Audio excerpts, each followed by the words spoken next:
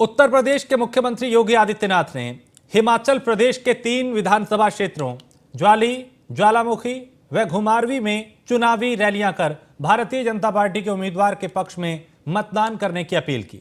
CM ने विकास, आस्था व काम की बदौलत जन समर्थन मांगा तो स्थानीय लोगों ने भी जय श्री राम के नारे लगा के उनका स्वागत किया। तीनों रैलियों में मुख्यमंत्री ने न सिर्फ आमजन से संवाद किया बल्कि कांग्रेस पर तंज कसते हुए कहा कि जो 55 साल में कुछ नहीं कर पाए उनसे अब उम्मीद ना कीजिए।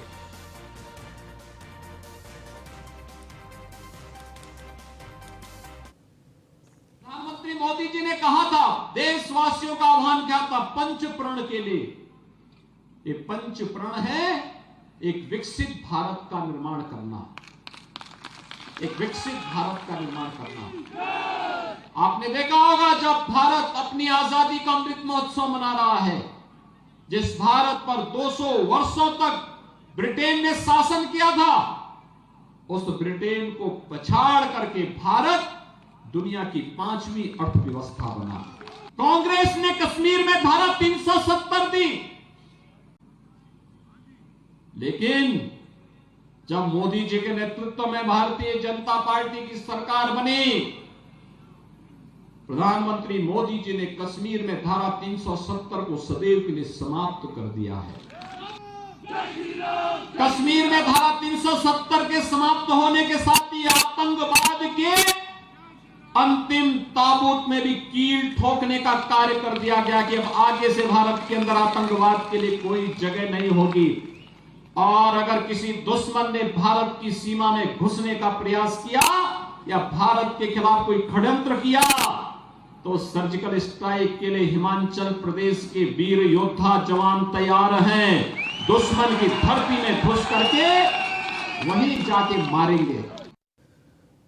और प्रयागराज में डेंगू के मामलों को लेकर हाईकोर्ट में सुनवाई हुई। हाईकोर्ट में डीएम, सीएमओ और नगर आयुक्त पेश हुए। कोर्ट ने कड़े रुख अपनाते हुए लापरवाही न बरतने का निर्देश दिया और सभी वार्ड में कमेटी गठित कर मॉनिटरिंग के निर्देश भी दिए। मामले में 9 नवंबर को अगली सुनवाई होगी।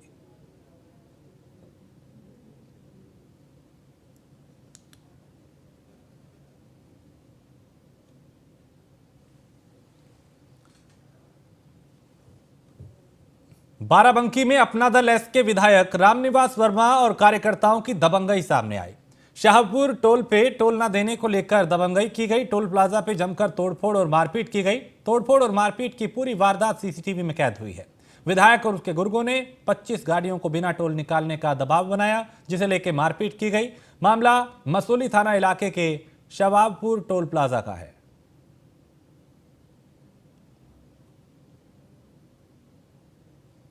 अपना दल पार्टी के कुछ लोग आ रहे थे तो वो काफ़ी ज़्यादा गाड़ियाँ थी उनकी, तो गाड़ियाँ निकल रही थी। फिर हमारा स्टाफ पूछने लगा और कितनी गाड़ियाँ हैं आपकी। और सर गाड़ियाँ ना अलग अलग बूथों से, कुछ 6 नंबर से आ रही थी, कुछ 5 नंबर से, कुछ 4 नंबर से, और उसमें बीच में अलग से भी गाड़ियाँ निकल रही थी, तो वो बीच बीच से आ रहे थे। तो जो हमारा स्टाफ पूछने लगा और कितनी गाड़ियाँ हैं, जब उनकी गाड़ियाँ आई तो वो बोले कि नहीं, पूरा मतलब टोल एकदम से ये सारे बूम ना हटवा दीजिए। तो एक लाइन बोले हमारे सुपरवाइजर, एक लाइन खाली करवा दे रहे हैं, आप पूरी लाइन से आइए ना। तो बस इसी में, इतनी बात में ही वो लोग हमारे स्टाफ को, मतलब जितने सारे लोग थे ना, वो दौड़ के आके मारने लगे। अपना दल पार्टी। और जालौन में एआरटीओ के वाहन में टक्कर मारने की कोशिश की गई। एआरटीओ इसमें बाल बाल बचे। विनय पांडे ओवरलोड वाहनों के खिलाफ तलाशी अभियान चला रहे थे एआरटीओ, और मोरंग लाद के जा रहे ओवरलोड ट्रक को रोकने की कोशिश की गई। ट्रक चालक ने एआरटीओ के वाहन में टक्कर मारने की कोशिश की। कई किलोमीटर पीछा करके ट्रक को बरामद किया गया। ट्रक चालक और क्लीनर मौके से फरार हो गए। एआरटीओ विनय पांडे ने मामला दर्ज नहीं कराया है, और मामला दर्ज नहीं कराने पे एआरटीओ विनय पांडे पर सवाल उठ रहे हैं। कोतवाली इलाके के बुंदेलखंड एक्सप्रेसवे का यह मामला है। लोगों को सूचना मिली थी कि बुंदेलखंड एक्सप्रेसवे पे कुछ गाड़ियां ओवरलोड निकल रही हैं। उसी के आधार पे छिड़ियाकट से हम लोग शूटिंग के लिए चढ़े हुए थे। जैसे ही ऊपर गए तो एक ट्रेलर दिखाई UP 79 नंबर का, जिसपे आगे के नंबर पे ग्रीस लगा रखा था। तो उसे रोकने का जब प्रयास किए तो ड्राइवर ने पहले तो गाड़ी को इधर उधर लगाने के लिए दाएं बाएं कर रहा था। बाद में जब हमने गाड़ी को आगे अपनी बढ़ा करके, हमारे सिपाही ने इशारा किया तो वो सीधे ड्राइवर ने ये कहा कि अगर नहीं हटाएंगे तो मैं गाड़ी को निकाल दूंगा, आप लोगों को धक्का मारते हुए, टक्कर मारते हुए निकाल। और खबर चंदौली से है, जहां 5 लाख के हेरोइन के साथ एक तस्कर गिरफ्तार हुआ है। हेरोइन को बेचने ले जा रहा था यह आरोपी और मुखबिर की सूचना पर पुलिस ने इसे गिरफ्तार किया। हरिनगर पुलिस ने बुबोली एरिया से इसे गिरफ्तार किया है। आरोपी से अब पूछताछ की जा रही है ताकि इसके दूसरे साथियों को भी शिकंजे में लिया जा सके और कब से ये इस काम को अंजाम दे रहा था इसका खुलासा हो सके।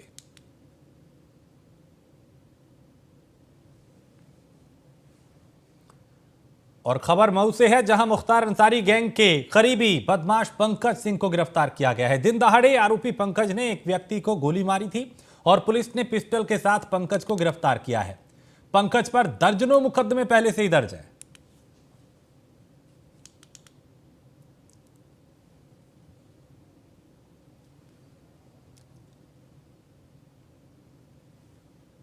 और खबर फतेहपुर से है, जहां डीएसपी की गाड़ी को टक्कर मारने वाला ट्रक चालक गिरफ्तार हुआ है। ट्रक चालक को ट्रक के साथ पुलिस ने गिरफ्तार किया है। गोवंश लदा ट्रक को भी पुलिस ने बरामद किया है। शिवराजपुर मेला स्थित से गिरफ्तारी हुई, यानी शिवराजपुर मेला स्थल जो है वहां से गिरफ्तारी हुई है और पुलिस ने जान से मारने की कोशिश का मामला दर्ज किया है। पशु क्रूरता अधिनियम के तहत भी मुकदमा दर्ज किया गया है।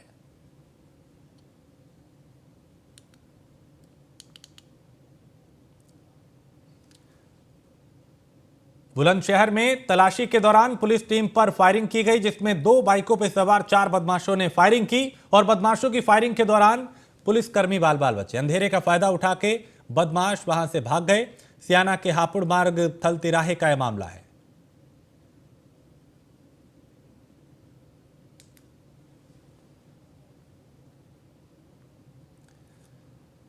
मेरठ पुलिस ने गौ तस्कर अकबर बंजारा और सलमान की परतापुर क्षेत्र में 2.5 करोड़ रुपए की अवैध संपत्ति को पुलिस ने जब्त किया है।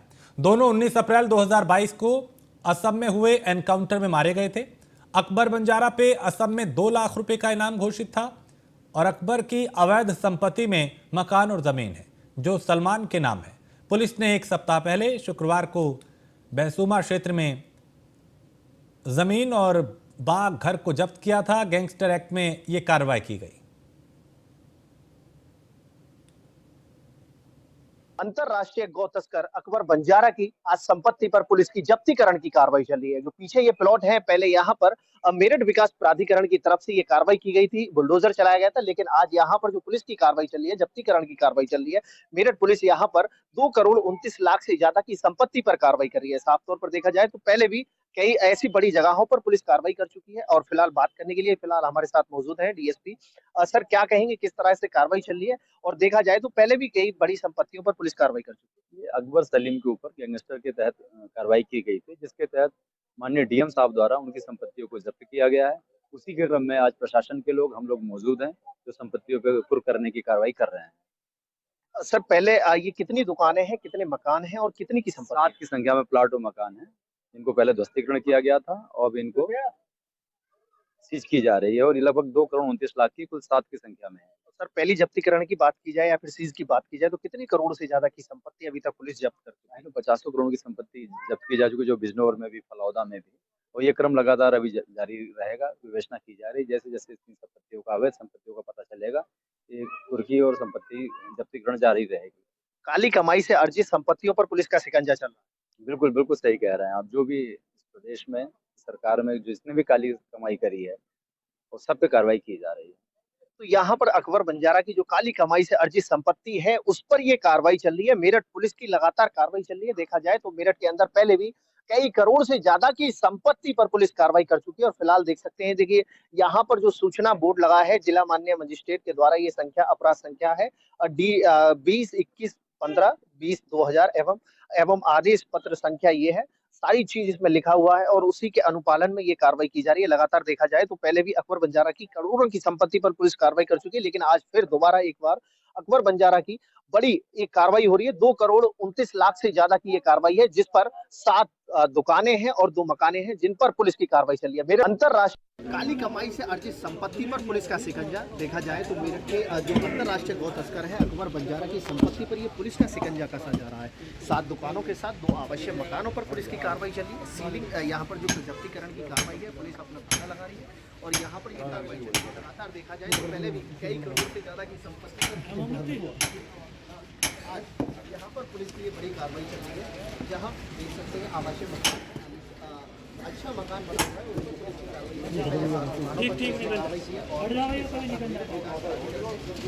कार्रवाई के बाद यहाँ पर ये जब्तीकरण की कार्रवाई मेरठ पुलिस कर रही है। संपत्ति पर काली कमाई से अर्जित संपत्ति पर पुलिस का शिकंजा करते जा रहा है। उत्तर प्रदेश के अंदर 0.2 सरकार बनने के बाद, योगी सरकार बनने के बाद काली कमाई और माफियाओं पर लगातार पुलिस का शिकंजा चल रहा है। मेरठ की बात की जाए तो पहले भी बीते एक हफ्ते की बात की जाए तो तकरीबन 3 जगहों पर जो अकबर बंजारा की संपत्ति है, आसाम पुलिस मुठभेड़ के दौरान अकबर बंजारा को ढेर कर दिया गया था। उसके बाद पुलिस का लगातार शिकंजा कसा जा रहा है। मेरठ से अतुल शर्मा की रिपोर्ट। ग्रेटर नोएडा में किसानों पे लाठीचार्ज को लेकर किसान संगठनों में काफी गुस्सा है। किसान संगठनों ने जगह जगह प्रदर्शन किया और भारतीय किसान यूनियन ने अधिकारियों का घेराव किया और दोषी पुलिसकर्मियों पर कार्रवाई की मांग की है। किसानों की रिहाई की मांग को लेकर ज्ञापन भी सौंपा गया और कहा कि किसानों की रिहाई नहीं हुई तो किसान संगठन बड़ा आंदोलन करेंगे। एनटीपीसी पर प्रदर्शन के दौरान पुलिस ने लाठीचार्ज किया था।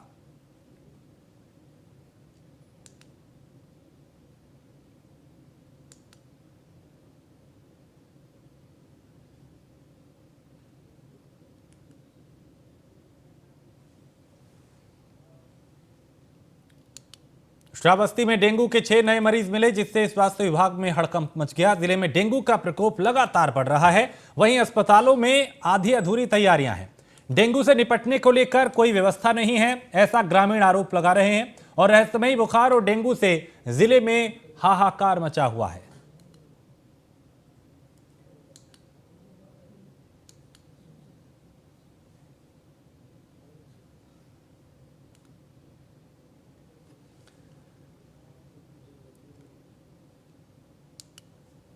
खबर लखनऊ से है, जहां लखनऊ में दबंगों के बुलंद हौसलों के आगे कमिश्नरेट पुलिसिंग पूरी तरह से फेल है और दिन दहाड़े पैथोलॉजी सेंटर में घुस के दबंगों ने वारदात को अंजाम दिया।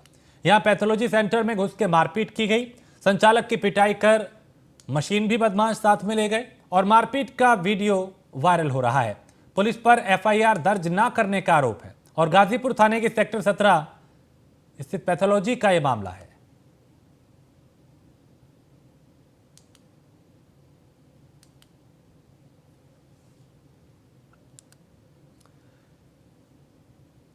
कानपुर में राम अस्पताल की संचालक की मनमानी सामने आई है, जहां लाइसेंस रद्द होने पर भी यह अस्पताल चल रहा है। सीएमओ ने अस्पताल का लाइसेंस निरस्त किया था और स्वास्थ्य विभाग की टीम ने नहीं की कोई कार्रवाई।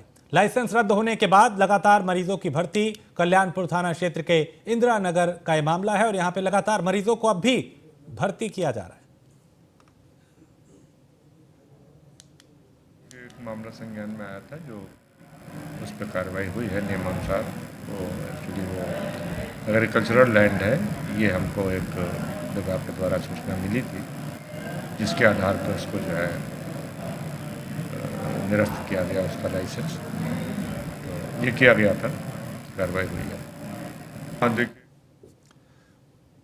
और एएसपी चारू निगम का अजब गजब अंदाज सामने आया, जहां भेष बदल के जिले की पुलिस को उन्होंने परखा और पुलिस से उन्होंने मदद मांगी। एक युवक के साथ बाइक से वो निकली और एसपी चारू निगम ने खुद डायल 112 को फोन किया और झूठी लूट की घटना की जानकारी दी। तत्काल पुलिस मौके पर पहुंची, यानी इस फोन कॉल के चंद मिनटों बाद ही पुलिस भी वहां पे पहुंच गई और जो रियलिटी चेक किया जा रहा था वो कसौटी पे खरा उतरा।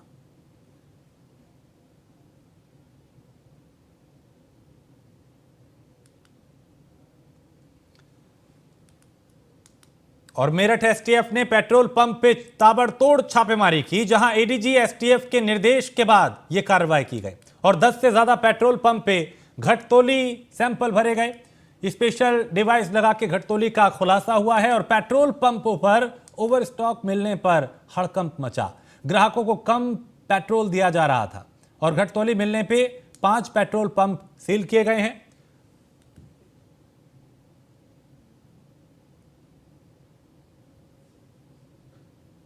इसमें मशीनों के अंदर फिटिंग पाई गई हैं और एसटीएफ की टीम ने यहाँ पे छापा मारा था, उसमें यहाँ पे फिटिंग मिली है। अच्छा, क्या हो रहा था उसमें? फिटिंग्स में क्या कर रहे थे? फिटिंग में उसमें आपका मीटर की रीडिंग रोकी जा रही थी और सेल करी जा रही थी। यानी जो खराब मतलब मिलावट का गोरख धंधा चल रहा है। हाँ, स्टॉक प्लस में पाया गया है।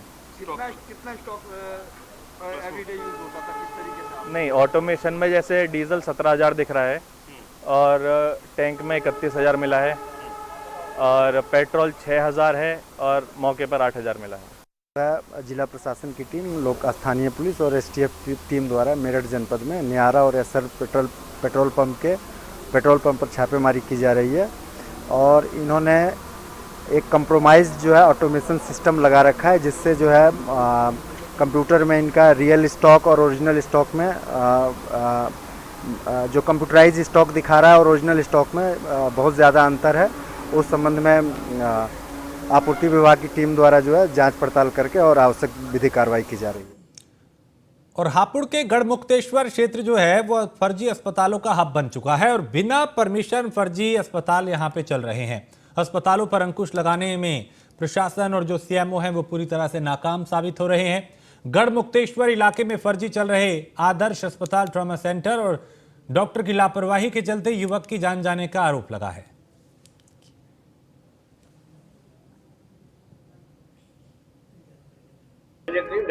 हाँ जी, सुबह अस्पताल में हुई है? हाँ जी, अस्पताल में जी। अच्छा, सूरज ने कैसे भेजा था? सूरज ने बोला था कि देखो मेरे बस की बात नहीं है, मैं आपके साथ चल रहा हूँ, एडमिट करा दूंगा अस्पताल में। क्या नाम है तुम्हारा? मेरा गणेश नाम है जी। पापा का क्या नाम है? पिताजी का राममूर्ति केवट जी। यहाँ डॉक्टर साहब, कौन से डॉक्टर साहब के अंडर में इलाज चल रहा था? ऐसे तो नाम पता नहीं जी। अस्पताल में आज न्यूज़पेपर के माध्यम से सूचना मिली थी कि किसी की डेथ हुई है, तो उसमें जो प्रभारी हैं तो उनसे मैंने आज कहा था कि उस अस्पताल को सील करवा दिया है। क्या कारण रहा है, कैसे मौत हुई थी, कुछ पता चल पाया? अभी तक कारण का पता नहीं चल पाया क्योंकि मैं गढ़ मेला में बिजी हूँ, तो मुझे कारण तो नहीं पता चल पाया, लेकिन आज सील करा दिया है। उसके बाद जाँच होगी और जाँच के बाद ही आगे कार्रवाई की जाएगी।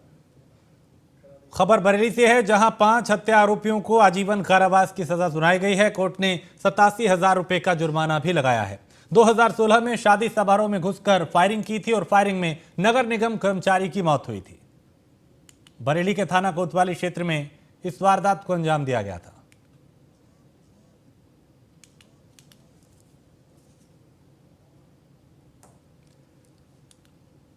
खबर लखनऊ से है, जहां दबंगों के हौसले बुलंद हैं और कमिश्नरेट पुलिसिंग भी यहां फेल साबित हो रही है। यहां दिन दहाड़े पैथोलॉजी सेंटर में घुस के दबंगों ने वारदात को अंजाम दिया और ये तस्वीरें जो आप देख रहे हैं, इसमें दरअसल अवैध शराब के खिलाफ पुलिस प्रशासन की जो कार्रवाई है वो की जा रही है। और पीलीभीत में आबकारी विभाग ने यहां छापेमारी की। कई जगह अवैध शराब और जो कच्ची शराब बनाई जा रही थी वो यहां पे पकड़ी गई और उसके बाद लहन बड़ी मात्रा में नष्ट किया गया। कई लोगों को गिरफ्तार भी किया गया है। आबकारी विभाग की इस छापेमारी के बाद पूरे इलाके में अफरा तफरी मच गई, हड़कंप मच गया। पुलिस ने 6 महिलाओं को भी गिरफ्तार किया है।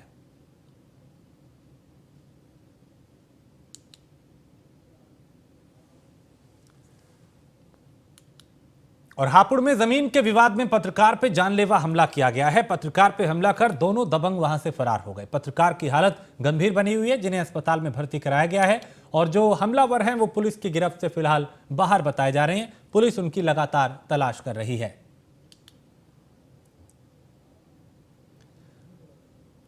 गाजियाबाद पुलिस और लुटेरों के बीच में मुठभेड़ हुई, जहां शिवम पंडित गोली लगने से घायल हो गए। पुलिस ने लुटेरे शिवम को गिरफ्तार किया है। दोनों दर्जनों लूट के मामलों में वांछित था।